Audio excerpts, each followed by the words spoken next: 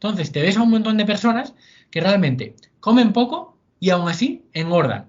Aquí hay dos escenarios y dos corrientes, ¿no? La corriente del profesional de, no, es que realmente no come tan poco como cree y luego está picoteando y tal. Claro, eso es viable, pero hay algunas personas que sí que es verdad que comen más sano que yo, que comen menos que yo y aún así van a seguir engordando. Muy buenas, bienvenidos a un nuevo episodio del podcast. Soy Borja Girón y hoy tenemos a un invitado con el que vamos a hablar sobre emprendimiento, negocios, YouTube y salud, en concreto sobre la diabetes. Muy buenas, Enol Sierra, ¿qué tal? Bienvenido al podcast. Muy buenas, Borja, ¿qué tal? Pues un placer estar aquí contigo. La verdad es que muy agradecido de que me hayas invitado y bueno, una pasada verte, escucharte ahora en directo, en vivo y en directo, que yo siempre te escucho los podcasts, así que poder participar es un orgullo y un honor para mí. Pues bienvenido a ti también. Creo que tenemos un episodio cargado de información de valor, tanto a nivel de salud como a nivel de emprendimiento. Estás dentro de la comunidad de emprendedores. Todos los lunes ahí tenemos las sesiones de Mastermind y nos cuentas tus aventuras, tus avances y tus problemas también. Y la verdad que se aprende un montón de ti y de todo lo que estás haciendo. Ahora iremos contando. Pero para empezar, dinos quién eres y a qué te dedicas. Pues nada, yo soy Enol Sierra y bueno, soy una persona normal, pero al final por H o por B, por haber tenido eventos familiares con la diabetes, pues desde muy joven pues me empezó a interesar mucho y hoy en día pues me he aventurado en todo este camino que ya hemos recorrido durante bastantes años, en el que ayuda a personas con diabetes no solo a mejorar, a bajar la glucosa, a mejorar, sino a ganar esa salud que sin duda se merecen, ¿no? Y en eso estamos, ahí estamos en redes con un programa multidisciplinar en el que ayudamos desde todos los puntos y todos los ejes de la salud, intentando rellenar pues ese vacío que a día de hoy pues puede haber un poco con la sanidad pública porque no llegan a todo, intentamos pues resolver ese problema entre comillas de forma online. Vamos a empezar desde el principio, pero bueno, antes de empezar con el tema de la salud, diabetes, que quiero saber un poquito más sobre ello, ¿cómo empezaste a emprender? Pues yo soy el típico ejemplo, Borja, de todo lo que no hay que hacer, de todas las cosas mal hechas, ¿no? Y mira, lo primero, yo empecé a emprender un poco sin quererlo, sin darme cuenta. Lo que me pasó es que durante la etapa de que estaba en la universidad, pues mientras la gente iba a tomarse las cervezas y tal y cual, pues yo creé una web que se llama Deporte Mayores, ¿no? .com. Y bueno, y por eso el email al que me has enviado eso, ¿no? Que te habrás preguntado, oye, ¿y esto qué es, no? Pues creé esa web y al final veía lo que hacía Fitness Revolucionario, lo que hacían otras personas y dije, "Oh, yo quiero hacer un blog también y escribir, me creí que... Pero lo hacía sin ninguna previsión de monetizar, ¿no? Y empecé a hacerlo, iba escribiendo, aprendí a hacer mi web y fue un gran aprendizaje durante esa etapa en la universidad. Fue al poco de entrar a la universidad y ahí pues digamos que empezó. ¿Qué pasa? Que no monetizaba y hasta que no llegué a tercero o cuarto de carrera, pues no me planteé no cómo monetizar, sino descubrí que se podía monetizar, ¿no? Y bueno, y empecé pues trabajando con personas mayores ya en la propia facultad y inconscientemente estaba ayudando a personas mayores por mis abuelos, por los familiares también de mi mujer, de mi actual mujer y de todo esto, pero al final me estaba autoengañando y no me estaba dando cuenta que realmente lo que me estaba llamando de verdad no era ayudar a esas personas que eran mayores, sino era la diabetes, ¿no? Y ahí fue cuando ya me empecé a volcar y de hecho yo empecé trabajando con fibromialgia, porque ahora que hacemos anuncios por internet, yo te voy a comentar cómo empecé a emprender realmente, ¿vale? Que empecé como de forma ilegal, como mucha gente, ¿no? Y empecé entregando boletos, salía con unos boletos así, como boletos de entrenamiento personal, pero ya orientado a la salud, ¿sabes? A dolores, diabetes, resistencia a la insulina o personas mayores. Iba entregando boletos que me descargaba, que hacía, que todavía los tengo aquí, que me entra mucha nostalgia cuando los veo, y iba recorriendo kilómetros y kilómetros entregando los boletos, ¿no? Ahora que puedes mandar un vídeo a un montón de gente por céntimos, ¿no? Con Facebook Ads o con la publicidad. Pero así realmente empecé y así empecé a trabajar y luego pues intenté monetizar a través de lo típico, de perder peso, de ejercicio para mayores y tal, hasta que un día una persona que tenía, que se llamaba Eva, creo que sí, era Eva, y me comentó que le había cambiado la vida, que había perdido un montón de peso, que tenía mucha más vitalidad, y me lo contó, tío, de una forma súper efusiva, y a mí no me transmitió nada. Y digo yo, joder, esto, tío, esto es una mierda, a mí esto no me llena. Esto de perder peso, sí, muy bien, es muy bueno para la gente y tal, pero a mí eso no me llena. Y me di cuenta que cuando en cambio alguien me decía que había bajado la glucosa de X valor a 10 puntos, aunque solo sea de 10 puntos, a mí me emocionaba muchísimo y me sentía súper afortunado. Y dije, joder, esto de perder peso, sí, está muy bien, y hay mucha gente, el mundo no se va a perder nada, ¿no? Porque yo no ayudo a la gente a perder peso. Y así fue como decidí y me enfoqué en la diabetes. Y así hasta hoy. Esos fueron los inicios. Vale, vamos a empezar con el tema de la diabetes, de la salud, que creo que es algo que nos importa a todas las personas del mundo, y luego nos metemos otra vez con la parte de emprendimiento. Así que vamos a empezar por qué significa comer sano. Pues comer sano, a mí personalmente, Borja, yo tengo una opinión un poco polémica con esto, ¿eh? Ya también te digo, como en todo, tú ya me conoces. Pues comer sano no significa nada. Comer sano no significa una mierda, porque ¿de qué te sirve comer sano, por ejemplo? Que se supone que es elegir alimentos saludables, y luego comer en exceso, tener grasa abdominal y poder tener enfermedades metabólicas, ¿no? O sea, que al final el comer sano debería ser algo más de contexto que otras cosas. Comer sano es elegir los alimentos por un buen origen, porque sean alimentos nutritivos, pero luego tiene que ser una dieta, que la dieta es el patrón de alimentación, que es lo que comes durante todo el tiempo, ¿no? Que te lleve a tener adaptaciones positivas en tu salud, a no desarrollar enfermedades, a tener buena energía, a poder luego llevar tu vida de forma satisfactoria. Entonces, que comer sano debería ir mucho más allá de elegir los alimentos que supuestamente nos han dicho que son sanos y enfocarlo a mucho más, porque la salud no se puede englobar solamente desde la dieta, porque la salud tiene muchas, muchas cosas y de hecho, que seguro que lo hablamos hoy, tú puedes llegar a la enfermedad por muchos otros caminos que no son la nutrición, aunque la nutrición y la alimentación sea un pilar importante. Entonces, para mí comer sano es elegir los alimentos que sean nutritivos, que tengan una buena matriz nutricional, que no estén procesados, pero al final, para mí eso no tiene demasiado sentido si luego al final pues acabamos teniendo obesidad o otros problemas, ¿no? ¿Y cómo es posible que comiendo, a ver, alimentos sanos, entiendo que son carne, pescado, verduras, frutas, todo lo que sabemos y que no venga en un envase, los que vienen cerrado ahí en un envase y pone ingredientes, eso en principio a regla general ya no serían buenos alimentos a nivel nutricional? ¿Cómo comiendo solo lo bueno o comiendo muy poquito de lo malo y que venga en cajas y cosas así, nos podemos tener obesidad porque comemos muchísimo o es menos probable? ¿Cómo funciona eso? Podemos tener obesidad si añades un factor crucial, súper importante, que es el gran sedentarismo que hay a día de hoy, ¿no? Entonces, lo que le pasa a muchas personas es que, a pesar de comer súper sano ya porque están concienciados, se agobian un montón porque no pierden peso, ¿no? Que se han quitado todo, han perdido X, pero luego o no lo pueden mantener o no siguen perdiendo, porque tienen un gran sedentarismo. Esto en el ambiente normal. Pero si te vas al ambiente de las enfermedades, por ejemplo, de las enfermedades metabólicas, hay una cosa que son las mitocondrias, que bueno, por si la audiencia no lo conoce, las mitocondrias son las fábricas que tenemos en el cuerpo que generan energía. Entonces, si tú desarrollas problemas metabólicos, y en varias enfermedades ocurre, que tú puedes tener una disfunción mitocondrial. Es decir, puedes tener que tus mitocondrias, además de tener pocas, que no funcionen de forma correcta, que no produzcan bien la energía. Y eso hace que hay personas que supuestamente tuviesen que quemar X calorías, queman un cuarto de las que tendrían que quemar. Y esto se pueden ver en pruebas súper interesantes como son las calorimetrías indirectas. Entonces te ves a un montón de personas que realmente comen poco y aún así engordan. Aquí hay dos escenarios y dos corrientes, ¿no? La corriente del profesional de no, es que realmente no come tan poco como cree y luego está picoteando y tal. Claro, eso es viable, pero hay algunas personas que sí que es verdad que comen más sano que yo, que comen menos que yo y aún así van a seguir engordando. Y así debería ser, porque si siguen restringiendo las comidas, van a tener deficiencias nutricionales.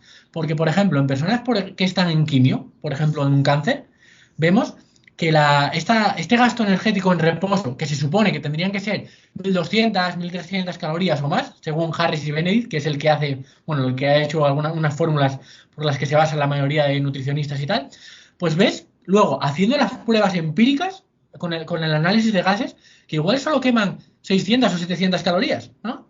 Entonces, tú le estás dando igual a personas con obesidad 1.100 calorías o 1.200 y dices, sí, pero con eso tienes una restricción energética. Tienes que perder peso. Si no pierdes peso, es tu culpa. Luego realmente vemos que si realmente tienes las mitocondrias dañadas, el organismo dañado, pues sí puedes estar quemando muy pocas calorías y que es prácticamente imposible que pierdas peso si no lo enfocas desde la parte del ejercicio, desde la parte de reparar el metabolismo, mejorar tu producción de energía a través de mejorar las mitocondrias, mejorar todo este ambiente hormonal, porque el ejercicio no es ni para quemar calorías ni para bajar la glucosa, es para mejorar el funcionamiento de tus sistemas internos, mejorar esas conexiones hormonales y que tu cuerpo funcione mejor, en definitiva.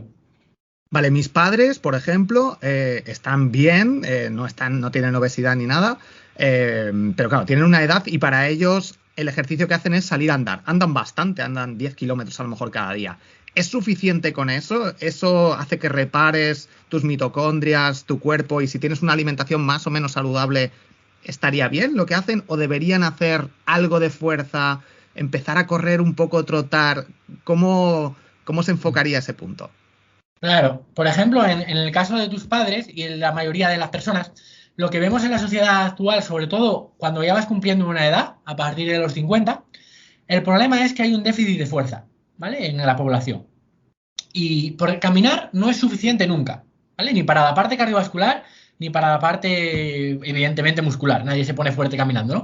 Pero nunca es suficiente caminar. Caminar es un ejercicio que es realmente moverte, es estar en movimiento. Es mejor que estar en el sofá, pero caminar nunca genera adaptaciones, genera cambios y es suficiente. En esto, en relación con esto, es súper interesante, por ejemplo, estudios que se han hecho con personas mayores, que es mejor entrenar a la fuerza 3 veces por semana, 15 minutos, y caminar de media 4.000 pasos al día, que no es nada, que realmente que caminasen todos los días más de 10.000 pasos. O sea, fíjate tú la importancia. Es lo que te digo, lo que importa con el ejercicio es como con la alimentación, es si vas a conseguir las adaptaciones que buscas, ¿no? Y de hecho, por ejemplo, sabemos que caminar, tu cuerpo se adapta a caminar y cada vez necesitas caminar más para, por ejemplo, perder peso, ¿no? Se sabe que caminar no es una estrategia muy efectiva como única herramienta a la hora de perder peso.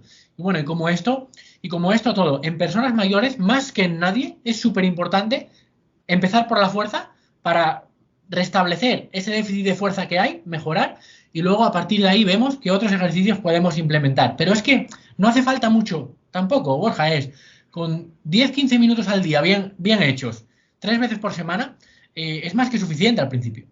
Dinos 2 o 3 ejercicios que puedan hacer. Entiendo que con unas pesas, a lo mejor unas flexiones, o 2 o 3 ejercicios que podrían empezar a hacer fácilmente casi cualquier persona. Ayer, de hecho, me entrevistaron para otros podcasts de un endocrino y dije los mismos. Te los voy a decir porque son súper sencillos y son para todo el mundo, ¿vale? Básicos. Y el primero es las sentadillas en personas que sean muy mayores o que tengan problemas de artrosis de rodilla o molestias en general en rótula. Lo que recomiendo siempre es que lo hagan levantarse y sentarse de la silla. No, es que yo no puedo hacer sentadillas porque soy muy mayor. A ver, usted, ¿usted se levanta de la silla en casa? Entonces no me cuentes rollos, claro que puedes hacerlo, ¿vale? Entonces, normalmente poner de tope la silla va bien para que no haya demasiada flexión de rodilla en aquellas personas que tengan molestias. Entonces, si tú en tu día a día te levantas de la silla y puedes, pues quiere decir que ya es un rango seguro para ti, ¿vale? De ahí, mínimo. ¿Y cómo podíamos progresar con estas sentadillas? Pues hacerlas durante 30 segundos sin parar. Si te cansas mucho, alarma, o sea, no es lógico que una persona, un ser humano, se canse mucho por hacer 30 segundos de sentadillas. Quiere decir ahí que ya hay un problema, que tienes que trabajar sobre eso.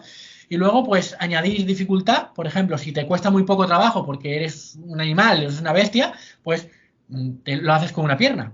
O añades peso. O sea, hay formas de variar, pero el mensaje que quiero dar es que no necesitas nada para estimular la fuerza. No necesitas ni ir al gimnasio ni nada, ¿no? Y luego otro ejercicio que es súper básico también son las flexiones. Puedes empezar con las flexiones en la pared para cualquier edad, ¿vale?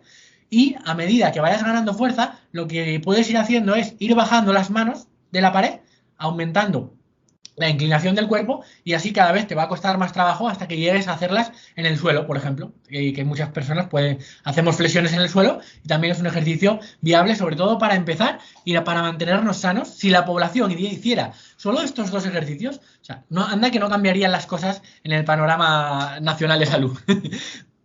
Genial, pues nada, súper interesante y súper fácil. De hecho, a mí ni se me había ocurrido, ¿no? Pienso en flexiones, me tumbo en el suelo y empiezo a levantar brazos y claro, sobre la pared es más fácil ir evolucionando a lo mejor para ciertas personas y lo de las sentadillas también. Dices, pones una silla y bueno, súper interesante.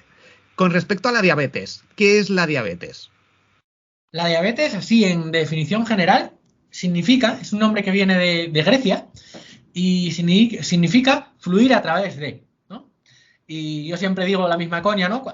Sí, el que se inventó este nombre todavía no está totalmente estipulado quién fue, hay como 2 o 3 autores ahí peleándose por ello, pero yo pienso que fluiría bastante, ¿no? Porque ¿qué coño tiene que ver la diabetes con fluir a través de, ¿no? O sea, se puso ese nombre porque se refería a orinar mucho, a cómo fluía lo que es la orina, a esa poliuria. Y en resumen, en nuestros tiempos, lo que significa realmente diabetes es glucosa alta. Esa es la gran definición. A mí es un nombre que no me gusta nada y que lleva mucho equívoco. ¿Por qué? Porque te está diciendo el síntoma, pero no te está explicando el problema y la patogénesis de la enfermedad. Porque de hecho, hay muchos tipos de diabetes, que luego si quieres entramos, pero en todos los tipos de diabetes la única característica común es la glucosa alta. Pero la gran diferencia que hay es que son enfermedades súper diferentes, porque no es lo mismo tener la glucosa alta por un motivo que por otro. Entonces, cuando hablamos de tipos, hablamos de las diferencias que hay entre ese motivo que te ha llevado a tener la glucosa alta y lo que es la palabra diabetes en sí, pues lo único que te dice es ese síntoma, ¿no? Que es la glucosa alta, lo que te dice la analítica, el asterisco. Vale, también veo alguna definición que dice resistencia a la insulina. No sé si es lo mismo. Bueno, por una parte, ¿qué es la glucosa? La glucosa entiendo que son azúcares, que son hidratos de carbono. Y por otra parte, lo de la resistencia a la insulina, ¿qué es exactamente? Y mira, te voy a explicar de forma general los dos tipos que hay de diabetes. Hay muchos más, pero los más conocidos. Está la tipo 1 y la tipo 2. La tipo 1 es una enfermedad que es autoinmune. Eso es porque tus defensas se cargan las células beta del páncreas, que son las que producen insulina, y entonces no puedes producir insulina. Y por eso tienes la glucosa alta y necesitas inyecciones de insulina de por vida, ¿no? La insulina entiendo que regula Sí, la glucosa. Tú comes mucho azúcar y llega la insulina y dices, espérate que vamos a quitarnos de aquí. eso es. La función tiene muchas funciones, pero en esto principalmente es bajarte la glucosa. Hacer que tu glucosa pase de la sangre a los músculos para utilizarse como energía y por eso te baja la glucosa de la sangre. ¿Vale? Luego está el otro caso, el otro escenario, que sería la diabetes 2, que es la diabetes más conocida y más prevalente, que lo que pasa es que tienes un exceso de insulina debido a tus hábitos alimenticios, de estilo de vida, condiciones genéticas, a muchos factores. Lo que haces es tener demasiada insulina en sangre. ¿Vale? Estás provocando excesos de insulina en tu sangre para compensar toda esa glucosa, ¿no? Y lo que haces es que te vuelves resistente a la insulina. Este tipo de enfermedad, como ves, es muy diferente a la otra. Es por un exceso de insulina. Ese exceso de insulina hace que tu cuerpo se vuelve resistente a ella y cada vez necesitas más insulina y más insulina para bajar lo mismo la glucosa. Resistente quiere decir que ya la insulina no te hace nada. Quiere decir que la insulina no funciona igual que como antes. O sea, que no funciona tan bien. Por decirte algo, imagínate que tú tienes un timbre en casa, ¿no? Y el primer día voy ahí, te pico en el timbre de Borja y para ir a la playa, para estar ahí tranquilo como estás tú, ¿no? Y entonces te pico al timbre y suena el timbre rápido, súper fuerte, y vas y me abres la puerta y eres súper efectivo así, ¿no? Y me abres en 2 minutos. ¿Qué pasa? Que a medida que van pasando los años, te voy picando el timbre, lo voy picando el timbre, voy metiendo el botón para adentro, y llega un momento que ya de cada 3 veces que doy suena una, y encima suena menos fuerte. Entonces, ese día que voy ahí a picarte para que me abras, porque hay un día muy bueno en la playa, pues pico y no me escuchas. Y no me escuchas, doy otra vez, doy otra vez, doy otra vez, y hasta la quinta, pues no suena y no me abres. En lugar de tardar 1 minuto en abrirme la puerta, has tardado 15. Entonces, lo he tenido que picar demasiadas veces, he tenido que utilizar demasiada insulina para que me abras la puerta. Y eso es un poco lo que pasa en el cuerpo. Esto se debe tanto al exceso de insulina que ha habido durante todos esos años, pero también, que esto es algo que no conoce la gente, que es la verdadera causa de esta insulinoresistencia, es la acumulación de grasa visceral. Se infiltra grasa tanto en el músculo como en el páncreas, como en el hígado, y eso es lo que va generando la resistencia a la insulina. O sea, es como si metiéramos grasa ahí en el timbre, entonces le das y ya no llega hasta el final y claro, por eso... Eso es.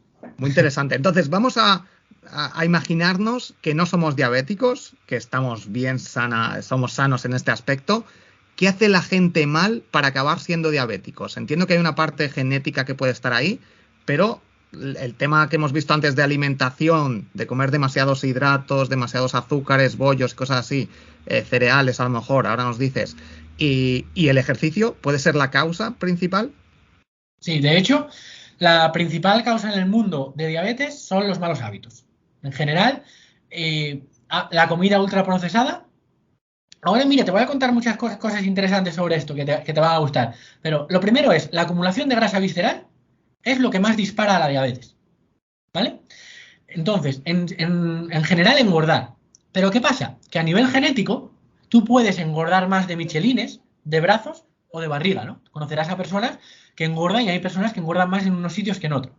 Si por manos del demonio tus padres te han dado que tengas más predisposición de engordar a nivel abdominal, es mucho más fácil que tú desarrolles diabetes, porque la grasa visceral es la que más se relaciona con la insulinoresistencia, ¿no? Pero entonces este es el primer factor.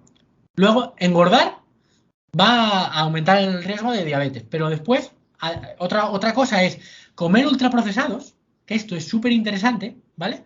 Aunque engordes lo mismo que comiendo una comida sana, o sea, si tú haces el mismo superávit de calorías de procesados que de comida sana natural, vas a engordar más con los procesados, aunque comas las mismas calorías. ¿Por qué? Porque esos procesados crean como quedan como unos metabolitos, digamos que hay como una especie de sustancias nocivas ahí, que lo que hacen es que te acumulas más grasa a nivel visceral que si lo hicieras con comida sana, ¿no? Entonces, además los procesados tenemos que normalmente la gente que mete procesados come muchas más calorías, ¿no? Pues tienes este doble combinado. Y luego está la parte del ejercicio, que es fundamental, que se ha visto que la menor cantidad de músculo y el sedentarismo, ambos factores por separado, disparan los casos de diabetes, ¿vale? Y aumenta la resistencia a la insulina. Porque al final tenemos que entender que el músculo son los órganos que queman glucosa, ¿no? Son como esos hornos que tienes quemando glucosa en tu cuerpo. Si tú tienes una panadería y tienes muy pocos hornos que puedan hacer pan, pues estás jodido, ¿no? Se te va a acumular ahí la harina y la glucosa en el cuerpo. Pues eso es un poco lo que pasa, ¿eh? Todos esos factores son los principales que desarrollan diabetes. Y luego además también otro factor importante que cada vez se habla más es que vivimos en una sociedad, en un mundo donde está lleno de contaminantes y de disruptores endocrinos y bueno, y de todos estos factores que también pues aumentan la inflamación crónica y la resistencia a la insulina con eso. Pero sobre todo, los hábitos de vida hoy en día es lo que más está disparando las estadísticas, que si ves las gráficas son de locos. Ya hay más de 6 millones de personas con diabetes en España y parece ser que en menos de 10 años se va a multiplicar por 5. Vale, aquí te quiero poner dos casos concretos, bueno, que es más o menos la misma situación. Bueno, tengo una tía que es muy delgada y tiene diabetes y está pinchándose. Bueno, ahora creo que tiene el parche este. Y luego por otra parte tengo una prima que de hecho es jugadora de fútbol profesional y está bien, es alta, delgada, en forma física, hace ejercicio y sin embargo también tiene diabetes desde hace bastante tiempo, desde pequeña prácticamente. En estos casos puede ser algo de la alimentación que aunque hayan comido más o menos sano, o aquí ya entra la parte genética. Sí. Aquí, mira, hay que diferenciar, habría que ver si esas personas tienen o diabetes tipo 1 o 2. Si es la diabetes tipo 1, tú puedes estar delgado, hacer tu vida, llevar muy, muy buenos hábitos y aún así desarrollarla, porque como habíamos visto, es autoinmune, ¿vale? Es como tener una alergia, lupus o cosas así, que no son directamente del estilo de vida, ¿vale? En cambio, en una diabetes tipo 2, lo que vemos es que muchas personas son delgadas o incluso están en infrapeso y desarrollan diabetes tipo 2, ¿vale? ¿Y esto por qué es? Primero, pues porque pueden tener, lo hemos visto, que muchas personas tienen hígado graso aunque estén delgadas. pues ahí ya tienes un factor, ¿no? Pero sobre todo el caso de lo que dices de la deportista, es una enfermedad autoinmune, que hay una parte de predisposición genética, no quiere decir que la causa de la enfermedad sea genética, porque sabemos que no es así, pero sí tiene que haber una predisposición genética de base. Y luego hay agentes externos que van a disparar esas proteínas que hacen que se genere una cascada que luego desarrolles la enfermedad. Hay factores externos como pueden ser contaminantes, como pueden ser las vacunas, que eso se sabe desde hace muchos años, no es porque ahora estén de moda hablar de esto, no, desde hace muchos años todos los tipos de vacunas, ¿eh? Y porque al final tienes que entender que estás metiendo un agente externo al cuerpo para que tu sistema inmune reaccione. Si tú tienes una predisposición genética a tener esa enfermedad, que es que tu sistema inmune se vuelve loco y atacas tus células, pues si metes algo externo hay más probabilidades. Y luego hay compuestos en la dieta problemáticos, ¿no? Como aditivos o como cosas que pueden también aumentar la probabilidad de que eso ocurra. Y luego otra cosa importante para estas personas es la permeabilidad intestinal.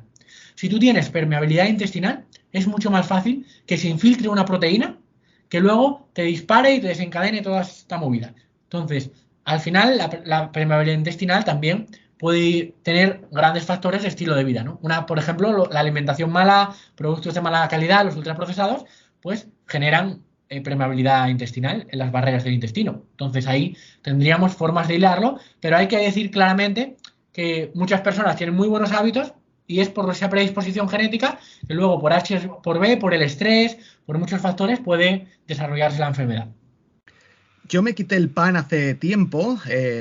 También yo desayunaba cereales, galletas, leche, magdalenas. Ese era mi estilo de vida hace unos años y empecé cambiando el desayuno y lo cambié por una comida normal. En el caso del desayuno, pues ahora ya no desayuno, como cuando tengo hambre y normalmente por las mañanas ya no tengo hambre. Pero si me apetece algo a las 12 o lo que sea y quiero comer, tomo huevos, tomate, cosas así, ¿no? Jamón. Aquí en este punto me he ido quitando hidratos de carbono.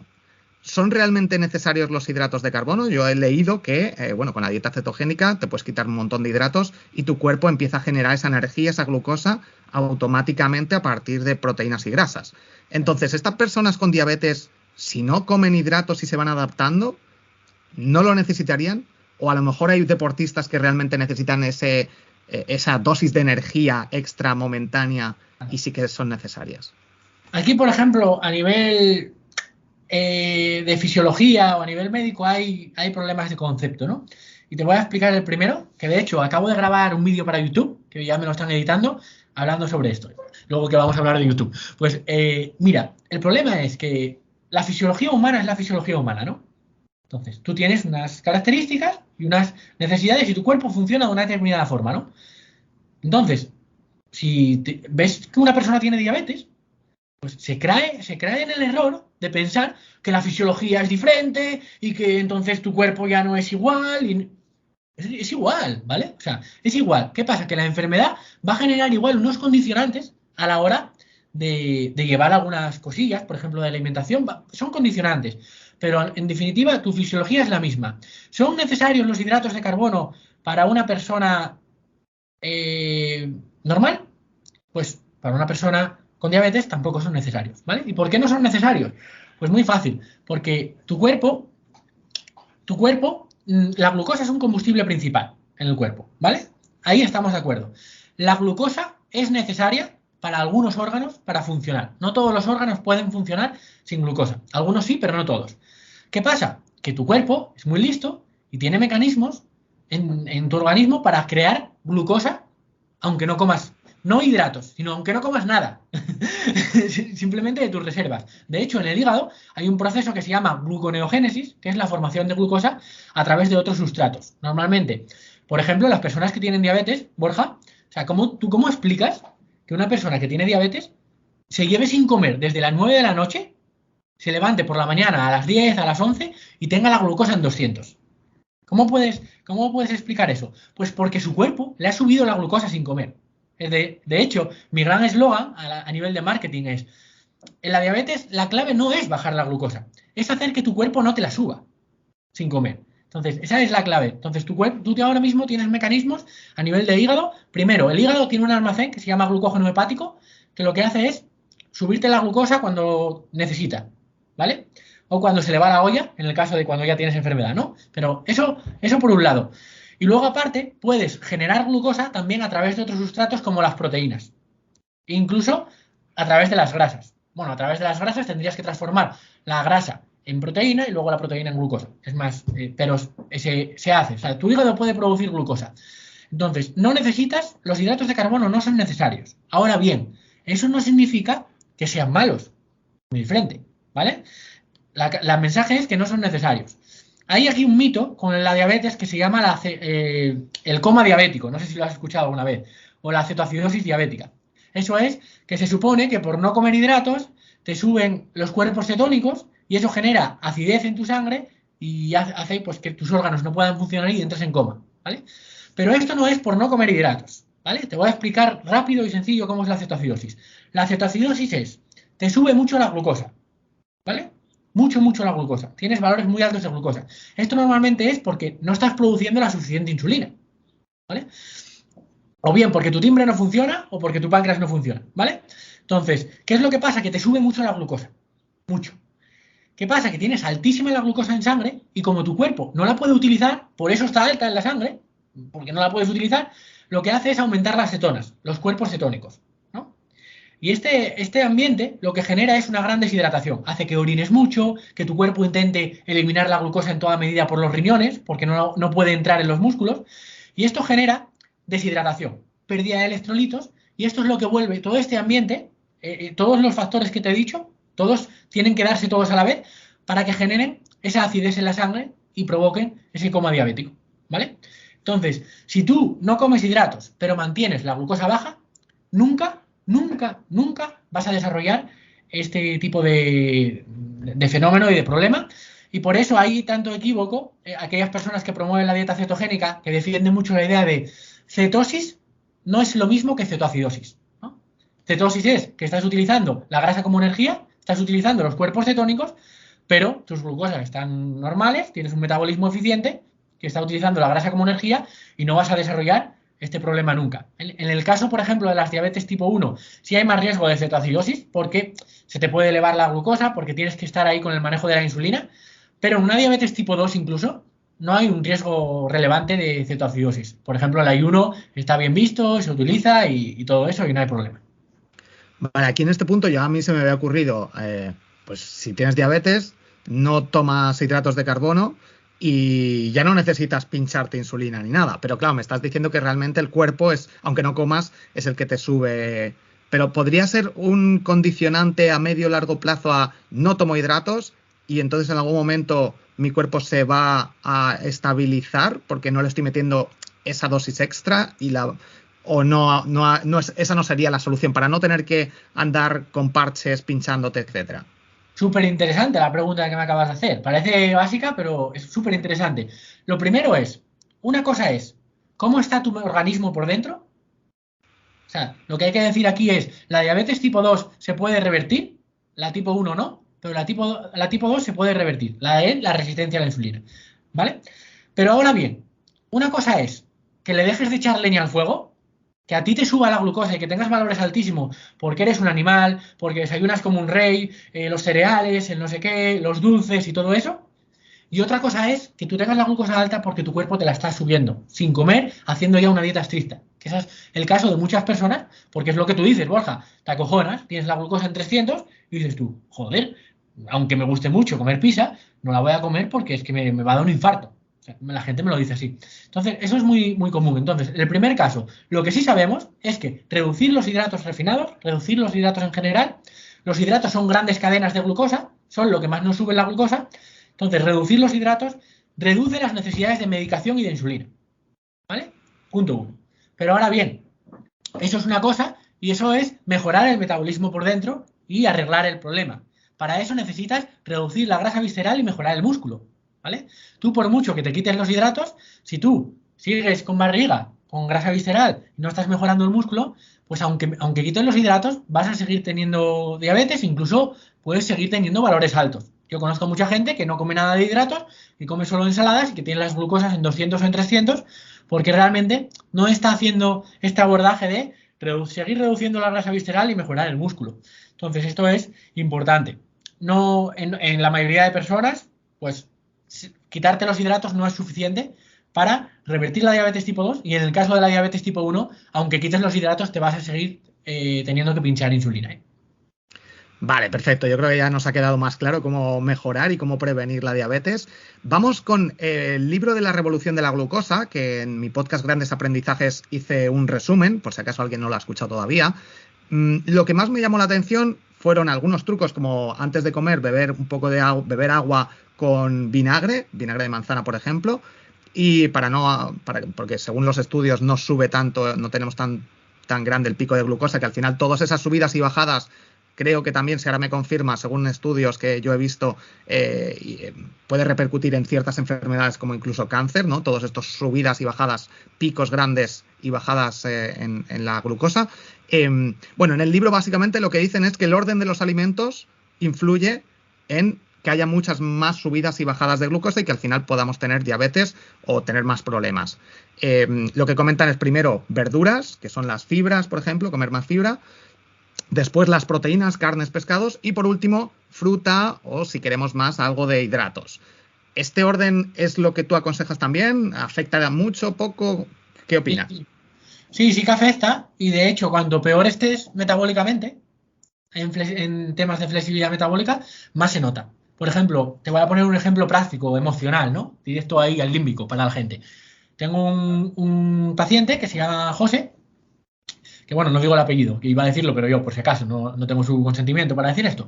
Pero él es canario y en Canarias, pues las papas con mojo picón son algo emblemático, ¿no? Pues él llevaba años sin comerlas, él tiene neuropatía, tiene un montón de problemas, ¿no? Y empezamos a implementar estas estrategias de dosificación y evidentemente del orden de los alimentos, y él se dio cuenta de que haciendo estas estrategias podía comer patatas con mojo picón al final de la comida y gestionarlas sin que se le suba de forma relevante la glucosa.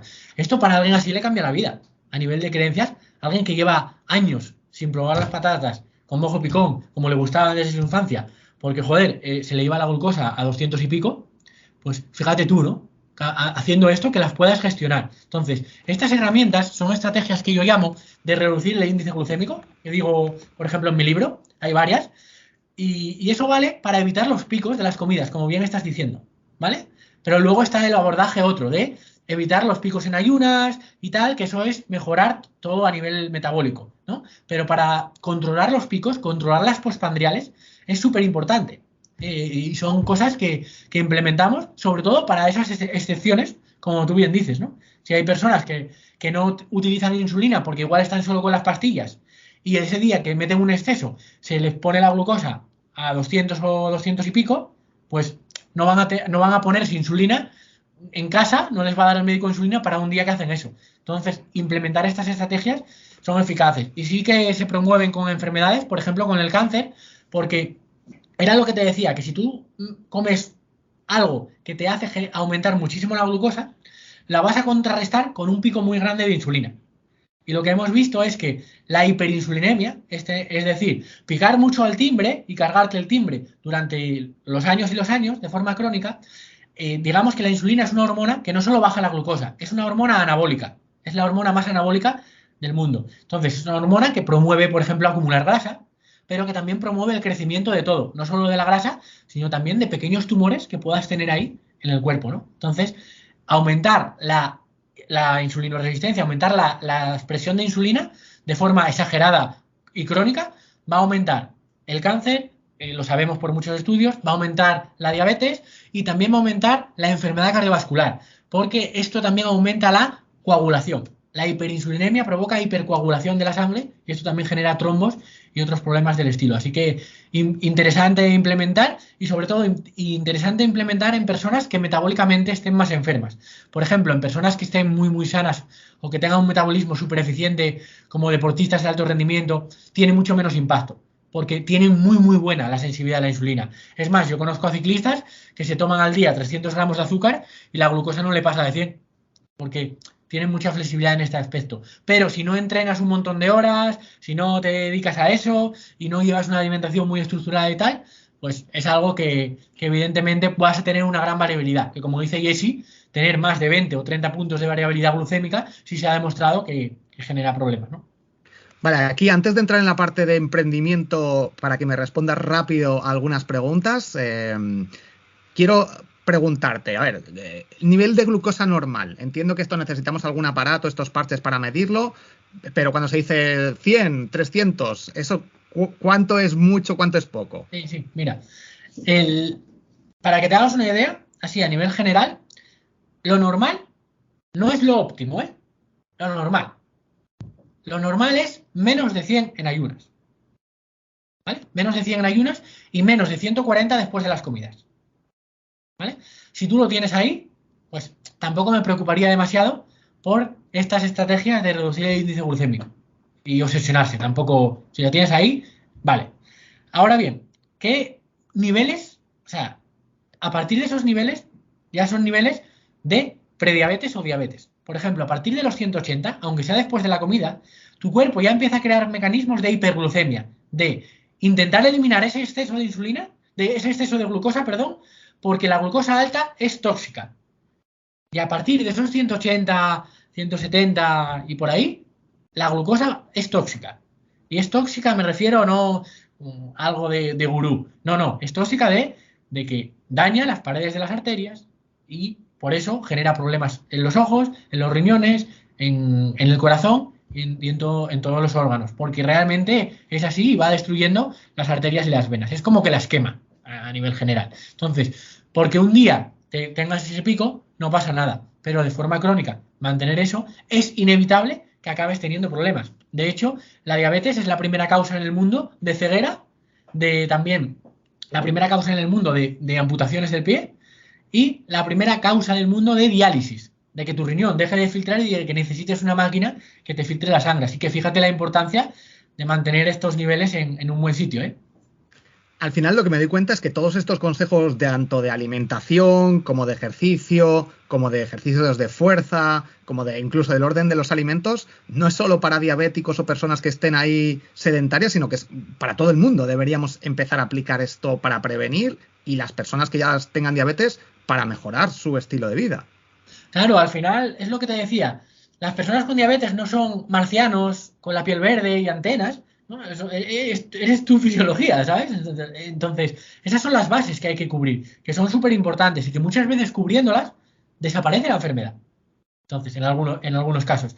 Entonces, es súper importante. Y de hecho, es más importante todavía si te pones a mirar los datos, ¿no?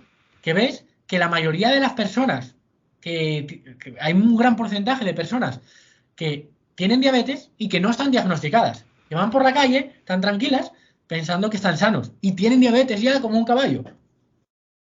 O sea, importantísimo. Genial, vamos a tomar nota. Bueno, yo intento aplicar y mejorar, pero bueno, reconozco que a veces pues un poco de chocolate. Aquí entre medias de las comidas o cuando te entra un poco de hambre y estás a lo mejor conduciendo o lo que sea, o estás fuera de casa, claro, hay gente que dice, bueno, me llevo una pieza de fruta y yo, o en el trabajo, o incluso si nos vamos a una situación un poco peor, barritas de cereales, galletas. Yo creo que lo mejor podría ser en estos momentos, en estos casos, frutos secos o temas similares, ¿no? O incluso frutos secos y después una pieza de fruta. ¿Qué recomiendas tú para picar entre horas? Sí, para picar entre horas, al final, lo mejor a nivel de transportabilidad y de impacto glucémico y de nutrientes, para mí son los frutos secos. Porque además, lo que pasa con los frutos secos es que tienen fibra, tienen bastante fibra, luego tienen algo de proteína, que al final no es una ración proteica, pero algo te va sumando, y luego, sobre todo, que tienen grasas monoinsaturadas, ¿vale? Que son unas grasas que son muy interesantes a nivel de incluir, son muy cardiosaludables y yo recomiendo mucho utilizarlos, ¿no? Además eso, que sacian, son masticas, pues, sobre todo dosificados, ¿no? Porque hay gente también que se come una bolsa entera de 1 kilo de pistachos, entonces también tienes que ver un poco esa parte. Eso en general. Luego, ¿qué otras cosas me gustan también? Pues, por ejemplo, los quesos. quesos curados. Normalmente el queso suele sentar bien porque es un lácteo fermentado, entonces a la mayoría de personas le sienta bien. O luego también fruta, ¿vale? Porque la fruta al final tiene fibra también y tomarte una pieza de fruta pues no te va a dar picos glucémicos tan grandes como la gente piensa. Pero bueno, hay frutas y frutas. Por ejemplo, el plátano no es lo mismo que las frambuesas. Eso también hay que... Porque diferentes frutas tienen diferentes cantidades de glucosa y diferentes cantidades de fibra, ¿no? Entonces, eso es importante también hablarlo, sobre todo cuando hablamos en personas que tienen diabetes, ¿no? Que no tienen buena metabolización de los hidratos. Bueno, nos ha quedado mucho más claro el tema de la salud y cómo mejorarlo, tanto si tenemos diabetes como si no. Nos vamos al tema de negocio, que esto lo tocamos bastante más ahí en la comunidad de emprendedores. Usas mucho Instagram con ManyChat, estás ahora potenciando mucho tu canal de YouTube, que te está funcionando muy bien. Coméntanos, vamos a entrar con YouTube, cómo lo estás utilizando, si nos puedes dar algunos aprendizajes, incluso resultados a nivel de ingresos. ¿Qué has visto que está funcionando en YouTube? Pues lo que funciona en YouTube es hacerlo bien. O sea, ahora lo matizo, pero es exagerado. Tú haces un vídeo bien hecho, identificando bien de lo que quieres hablar, con un título llamativo, que capte, con una miniatura que capte la atención, y luego un vídeo trabajado, que esté bien editado, que sea fluido y que tenga dinamismo. Pues eso es lo que funciona. Te digo yo, que si haces el mismo vídeo, tú imagínate que tienes la cura del cáncer, ¿no? Si tienes la cura del cáncer, haces un vídeo sin editar, sin una buena miniatura y sin un buen título, funciona muchísimo peor que si en lugar de tener la cura del cáncer tienes algo que mejora un poco el cáncer, pero con buen diseño, con un buen formato y con buen título y buena miniatura. Lo que aquí yo recomiendo es que antes de hacer el vídeo, lo primero que tienes que hacer es como una investigación de lo que quieres hablar, ¿no? Saber lo que quieres transmitir, como una idea ganadora, ¿no? Y esa idea ganadora, luego venderla bien antes de pensar en el contenido. Es decir, tienes que pensar, cuando la gente vea ese vídeo, ese título, cómo de ganas le va a hacer dar clic, ¿no? Y luego, sobre todo, la parte de la miniatura. La miniatura, el objetivo de la miniatura es captar la atención, ¿sabes? Es que capte la atención y que luego esa atención se dirija al título. Esa es la gran clave, ¿no? Y luego, una vez que estés dentro del vídeo, creo que es muy importante la retención del usuario, o sea, hacer un contenido interesante que mantenga a la gente dentro del vídeo y luego dar un poco lo que prometes. O sea, de nada te sirve, o sea, aunque funcione, no te interesa generar una comunidad diciendo, entra en este vídeo para saber la cura del cáncer, ¿no? Y luego resulta que hablas de tonterías en el vídeo. Pues no tiene sentido. Luego el contenido tiene que ser bueno.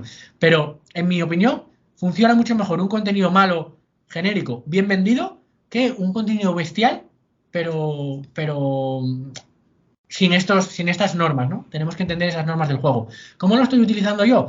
Pues yo empecé a posicionar vídeos porque yo hacía un programa que se llamaba Diabetes Televisión, donde me conectaba en directo todas las semanas, los miércoles a las 6 de la tarde, y empezaba a compartir información. Y me di cuenta que algunos vídeos se empezaban a posicionar. Entonces, y me empezaban a dar tráfico y empezaba a crecer. Y me dije, madre mía, no, si estos vídeos que están así sin Te he optimizar... perdido, no sé si me escuchas tú, pero yo no te escucho. No sé si puede Sí, ser sí. problema mío. Retomamos la conversación. Estábamos hablando sobre YouTube. No sé dónde te habías quedado exactamente, pero bueno, alguna clave, ¿no? Que me estabas dando. Sí, la clave para mí era el vender la idea, ¿no? Creo que ahí me había quedado. Y para ahí la parte importante es tener una miniatura que capte la atención, realmente, que vaya relacionada con el vídeo, pero no tiene por qué ser de lo mismo, ¿sabes? Que capte la atención y eso, que lleve la mirada al título.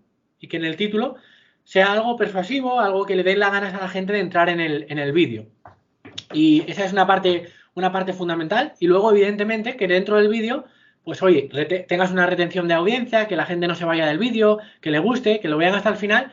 Y importante, esto es un criterio que creo que es importante, pero no estoy seguro del todo, es que la gente esté satisfecha con el vídeo. No sé cómo realmente YouTube lo mira, pero creo que eso es importante.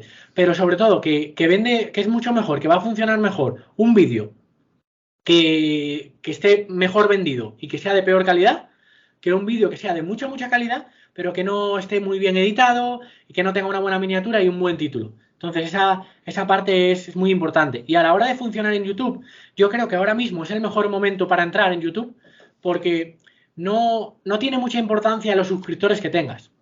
O sea, lo que realmente tenga importancia es la capacidad que tú tienes como creador de hacer vídeos que le gusten a la gente y YouTube es capaz de encontrar a esa gente. Entonces, esa es la parte más importante. A mí, de hecho, me está funcionando bastante bien y, por ejemplo, este mes estamos teniendo un ingreso de más de 2.100 euros.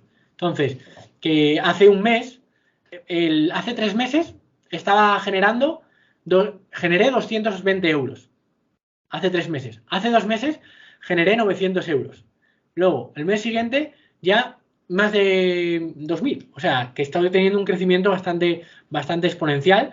Y bueno, sé que posiblemente haya tenido suerte con algunos vídeos, pero bueno, voy a rehacer lo que funciona y ver cómo sigue yendo este asunto. Porque la verdad es que me parece un formato de negocio que mucha gente se piensa que es imposible, pero oye, generas una gran comunidad, puedes vender luego productos por detrás y luego es la única red social que te paga por hacer vídeos virales. En lugar de castigarte por hacer vídeos virales y luego bajarte el alcance, como en Instagram, ¿no? Que llegas a los 100.000 y luego parece que tienes menos alcance, pues en YouTube es lo contrario. YouTube quiere que hagas vídeos virales, te los impulsa y encima te paga por ello, ¿no? O sea, yo tengo vídeos que me han dado más de 1.000 euros, un vídeo. Entonces...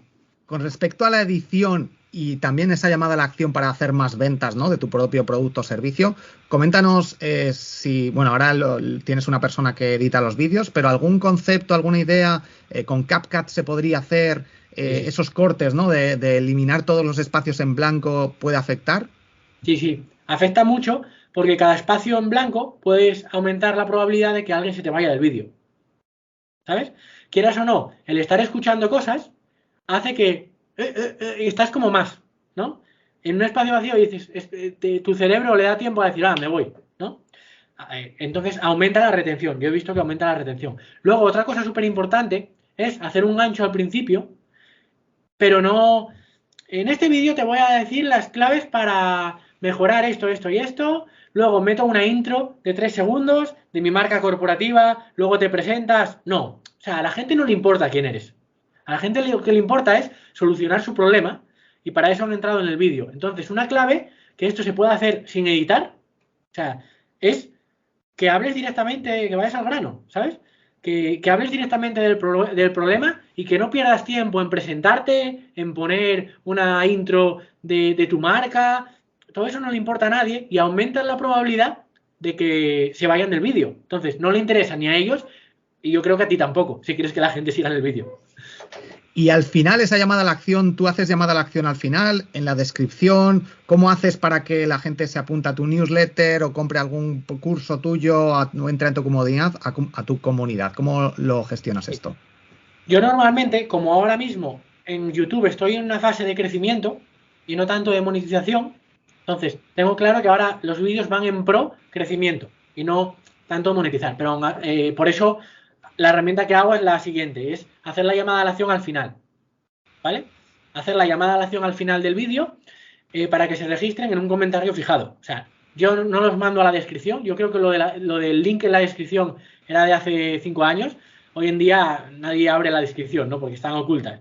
Entonces, en el comentario fijado, dejas el enlace para que se registren. O en vídeos que yo quiero que tengan más impulso, ¿vale? Y que no quiero hacer una llamada a la atención así para que se vaya la gente del vídeo. Por eso lo pongo al final, porque no, si lo pongo al principio, la llamada a la acción, van a verlo más personas se van a registrar, pero voy a perder retención en el vídeo y YouTube me lo va a mostrar menos. Entonces tienes que buscar ese equilibrio entre lo que a ti más te interesa para tener más resultados en cuanto a registros, pero también más resultados en cuanto a tráfico, ¿no? Tienes que buscar ese equilibrio. Entonces, poner la llamada a la atención muy al principio te va a reventar las estadísticas del vídeo y te va a cortar el alcance.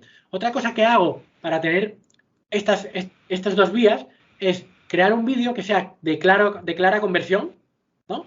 En el que haces una llamada a la acción muy fuerte a la mitad del vídeo y otra al final, y luego haces otro vídeo que sea un vídeo muy dinámico, que vaya con el objetivo de hacerlo viral y que al final del vídeo lo mandes al otro vídeo en el que hacías la llamada a la atención fuerte. Entonces eso va a hacer digamos que la duración de la sesión de usuario sea más grande porque se va a ver un vídeo y medio, por lo menos. Entonces, eso también me ha funcionado y funciona bastante bien. Por ejemplo, hay días de YouTube que me está generando pues igual 50 leads, que al final es una cantidad importante, que si lo multiplicas por 1 euro que te cuesta en publicidad cada lead, pues oye, es un dinero que te estás ahorrando en publicidad. Entonces es algo también importante. Bueno, súper interesantes estos trucos. Los iré poniendo en práctica. Yo tengo ahí pendiente YouTube de hacerlo bien, porque subo muchos vídeos tutoriales, pero no edito prácticamente nada. Y al final creo que es justo eso lo que falta para darle más alcance. Nos vamos para ir terminando. Instagram. ¿Cómo lo utilizas? Ayer estuvimos hablando en la sesión de Mastermind, que de hecho voy a usar yo una de tus estrategias, que ahora si quieres nos cuentas, y ManyChat, que también lo utilizas para automatizar y que la gente deje un comentario y luego les metas en el embudo a través de un mensaje directo. ¿Cómo te funciona Instagram y cómo lo utilizas? Sí, yo por ejemplo, me podéis encontrar en Instagram por mi nombre, Enon Sierra, y yo lo utilizo al final a nivel educativo, pero luego de conversión. Y yo, por ejemplo, lo que más me funciona es o bien mandar gente a la newsletter a través de automatizaciones con ManyChat, de que te pongan una palabra y mandarlos a la newsletter. Luego, otra cosa que hago que es venta directamente. O sea, yo creo que Instagram es una red muy apropiada también para aquella gente que tú tienes autoridad, que saben que tu programa les va a ayudar, que les falta ese empujón, pues también, oye, darles la venta directamente y hablar directamente con ellos. Una venta de marketing del permiso, ¿no? Que se suele llamar, que es, oye, mira, yo tengo esto, si quieres que hablemos de tu caso, vea tu problema y vea si te puede ayudar, pues escríbeme aquí a través de los mensajes directos, de automatizaciones en ManyChat, pues lo que haces es hablar con ellos, oye, que te cuenten su problema y si tú realmente luego tienes un programa que les va a solucionar ese problema, pues al final es lícito y ético pues ofrecerlo, ¿no? Y llevártelos a una llamada de venta. Entonces, en ese sentido esa es la forma con la que más monetizo, sinceramente, Instagram. Ventas directamente, o sea, yo te pongo un caso de éxito de una persona que tenía la glucosa en tanto, que estaba pasando por tus mismas circunstancias, por tus mismos problemas, y ves que en 2 meses está en otro punto totalmente diferente, que es al que tú quieres llegar, pues la gente lo tiene claro, ¿no? Sabe que, y además si te llevan siguiendo, si confían en el contenido, confían en lo que haces, pues esa es la forma más fácil de monetizar a día de hoy, yo pienso. Y luego está la otra parte de meter a la gente en la newsletter. Entonces, esto tengo varias formas. Una forma es la de hacer, pues eso, un lead magnet, o sea, darles un ebook, que es lo que nosotros hago. Yo también vendo la idea de que ya es suficientemente valioso recibir mis emails como para tener que venderte la moto de un ebook o no sé qué. Yo creo que mis emails son bastante valiosos como ya para eso. Yo lo llamo martes glucémicos, que hoy es martes y hoy mando un email fijo y luego además mando algunos más a la semana, pero es algo que tengo que mejorar.